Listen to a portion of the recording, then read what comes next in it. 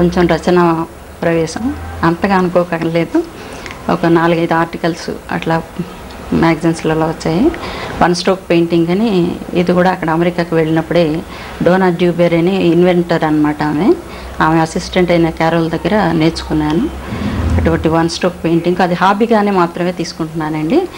ఈ సీరియస్గా తీసుకునేది ఆకులతో చేసే కళనే నేను ప్రాధాన్యత ఇస్తున్నాను. అంటే సీరియస్గా తీసుకుంటున్నాను ఈ ఆకుల కళ అంటే ఉపాధి మార్గంగా ఎంచుకోరా దీన్ని?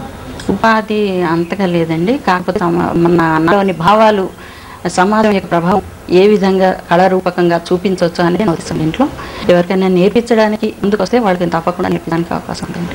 అంటే మరి ఇక్కడ ఇంకా ఎలాంటి ప్రయత్నం కల్పించాలనుకుంటున్నారు? దీంట్లో ప్రదర్శనలు ఎక్కువగా జరగాలండి. ప్రదర్శన జరిగితేనే కళకి తన దేశం ఏ విధంగా ప్రతిబింబించింది అనేది తెలుస్తుంది. అందుకని ఎక్కువ ప్రదర్శనకు అవకాశం ఇవ్వాలి అని చెప్తున్నానండి. మీరేమైనా ఇంతవరకు ప్రదర్శనలు ఇచ్చారు?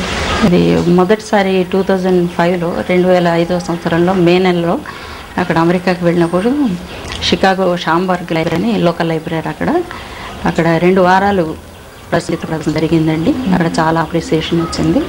తర్వాత ఇక్కడ భూమిక హైదరాబాద్ మార్చి 16 2006 సంవత్సరంలో సాధారణ హెల్ప్లైన్ భూమిక ప్రారంభోత్సవ సందర్భంగా అక్కడ ప్రదర్శన ఇవ్వడం జరిగింది. చాలా ప్రశంసించారు. అక్కడ ప్రోత్సాహంతో మరిన్ని చేయాలన్న ఉత్సాహం కూడా వచ్చేసింది.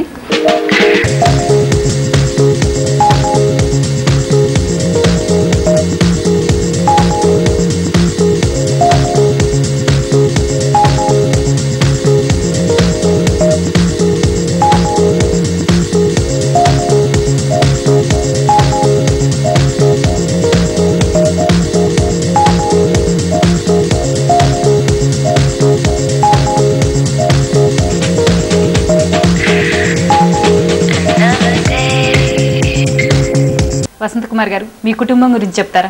కుటుంబం గురించి అంటే మా హస్బెండ్, మా శ్రీవారు ముక్తవరం పార్థసారథి గారు రచయిత. ఆయన సహకారం చాలా ఉంది నా బొమ్మల్లో, వాటిలలో సృజనకు కల్పించింది ఆయన్నే మొట్టమొదటిగా. నాకు 2 పిల్లలు, వాళ్ళిద్దరూ మగపిల్లలు. బాబు వికాస్, సందీప్. వాళ్ళిద్దరికి మ్యారేజ్ అయిపోయింది. ఎంఎస్ చేసి అక్కడ సాఫ్ట్వేర్ హార్డ్వేర్ ఉద్యోగాలు చేస్తున్నారు అమెరికాలో. పెద్ద కోడలు డాక్టరు లావణ్య, చిన్న కోడలు స్వప్న ఎంఎస్ తను చేసి జాబ్ చేస్తున్నారు. మా అత్తగారు చూడామణి గారండి. ఆవిడ 90 సంవత్సరాలు.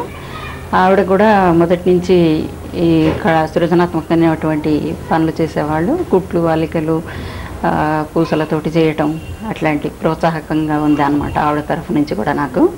మరి మా సఖీ ప్రేక్షకులకి ఏం చెప్తారండి? సఖీ ప్రేక్షకులకు మనకు ప్రకృతిని ఆరాధించడం మొదట చేయాలి. దాని ద్వారా పర్యావరణ రక్షణ ఎట్లా కల్పించుకోవడం అనేది అనేక దారులు ఉంటాయి. ఇది ఒక దారి అని నేను అనుకుంటున్నాను. కళారూపంగా అలౌకిక ఆనందం ఒకటి, ఉపాధి రూపకంగా కూడా 2 బహుళ ప్రయోజనాలు ఉన్నాయని నేను అనుకుంటున్నాను. ఓకే వసంత కుమార్ గారు, ప్రకృతిని ప్రేమించే ఒక మంచి కళాకారుని కలుసుకోవడం నాకు చాలా సంతోషంగా ఉందండి. సఖీ తరఫున, సఖీ ప్రేక్షకుల తరఫున కూడా ధన్యవాదాలు. నమస్కారం హేమ గారు.